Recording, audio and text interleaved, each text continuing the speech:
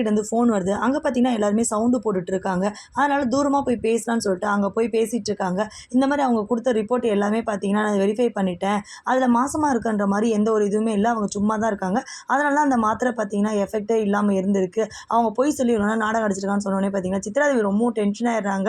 அப்ப இவ்வளோ நாளா நம்மள படுத்திட்டு இருந்திருக்கா, மாசமா இருக்கன்னு சொல்லி, பொய்யா நடிச்சுக்கிட்டு அப்படின்னு சொல்லிட்டு பேசிட்டு இருக்கும்போதே, சூர்யா வந்துடுறாங்க. சூர்யாவே அந்த டாக்டர் கிட்ட பேச வைக்கிறாங்க.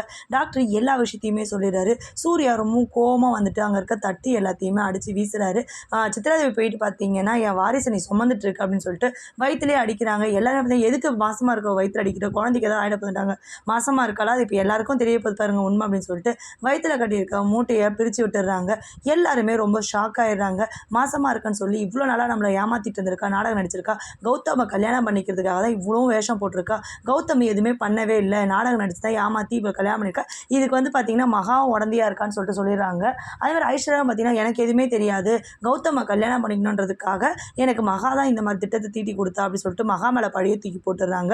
சூர்யா வந்து கேட்குறாரு மகா கிட்ட, "இது தெரியுமா உனக்கு ஐஸ்வர்யா மாசமா இல்லன்ற விஷயம்?" அப்படின்னு சொல்லிட்டு, "இல்லங்க நான் உங்ககிட்ட சொல்லணும்னு தாங்க நெனச்சேன். நீ பொய் சொல்லாத.